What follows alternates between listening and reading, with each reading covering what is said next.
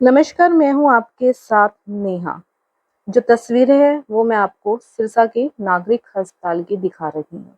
जैसा कि आप सब जानते हैं कि पिछले दिनों घग्गर नदी अपने उफान पर है।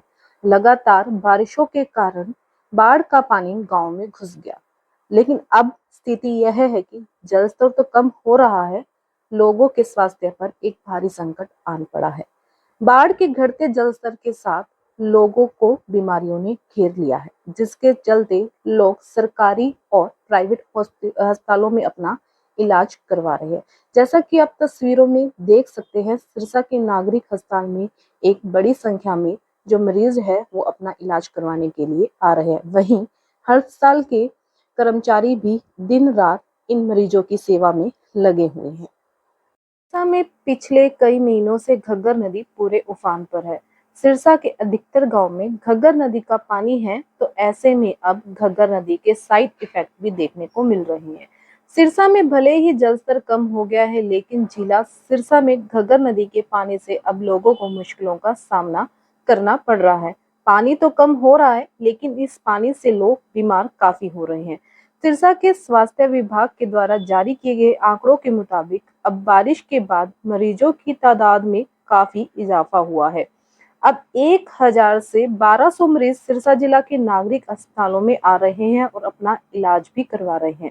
अब लोगों को खुजली, बुखार, जुकाम सहित दूसरे इन्फेक्शन भी हो रहे हैं, जिसका इलाज सिरसा जिला के सरकारी और प्राइवेट अस्पतालों में किया जा रहा है।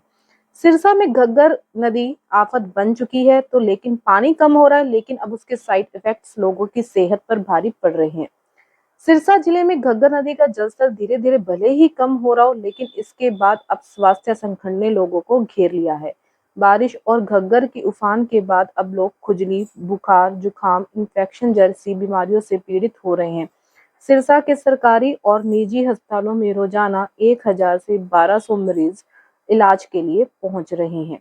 हालांकि बारिश से पहले 800 से 1000 मरीज औसतन सिरसा जिला के अस्पतालों में आ रहे थे और अपना इलाज करवा रहे थे।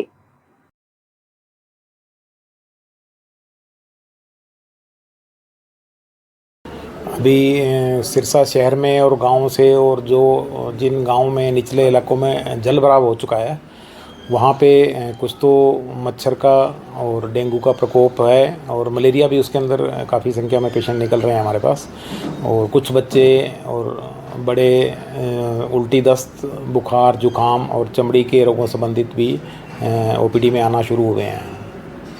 किस तरह का ट्रीटमेंट किया जा रहा है? उनमें जो हमारे पास सामान्य लक्षण हैं और जो स्पेसिफिक डॉक्टर्स भी हैं, उन सभी को विशेषज्ञों से सेवाएं भी ले रहे हैं। और हम गांव-गांव में जाके हमारी मोबाइल यूनिट टीम है, लोगों को रहन सहन के बारे में, खान पान के बारे में और बीमारियों से बचाव के बारे में जागरूक भी कर रही हैं।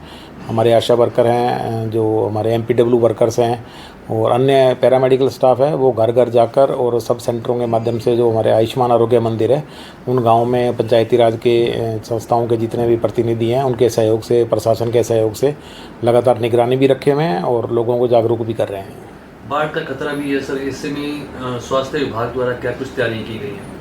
स्वास्थ्य विभाग द्वारा जिस तरह की आपदाएं प्रशासन में निर्देशित करता है, उनके लिए फर्स्ट एड किट भी बनाई गई है, एंटी स्नेक विनम है, वो भी हमारे पास हैं। और उसके अलावा जो अचानक कोई चोट लगना है, कोई उसके बारे में प्राथमिक उपचार हैं, वो सब चीज़ें हम जहाँ राहत कार्य चल रहे हैं उनके साथ साथ हम उनको प्रोवाइड करवा रहे हैं।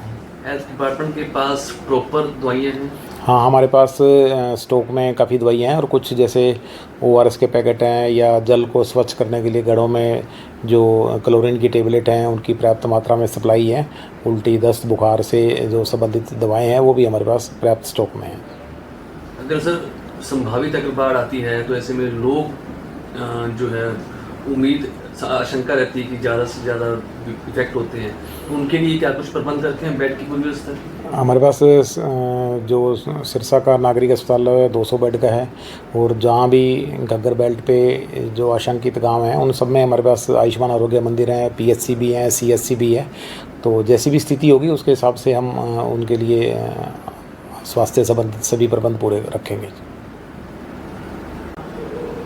इन दिनों सर कितने पेशेंट डेली वाइज सरकारी अस्पताल या दूसरे अस्पतालों में आ रहे हैं? जो पहले के मुकाबले हैं, वर्षा के बाद जो वातावरण में नमी है और कुछ जगह जल भराव है, उसके कारण जो पहले प्रतिदिन जो ओपीडी रहती थी उससे लगभग 15% से ज़्यादा हमारे पास ओपीडी बढ़ी हुई है।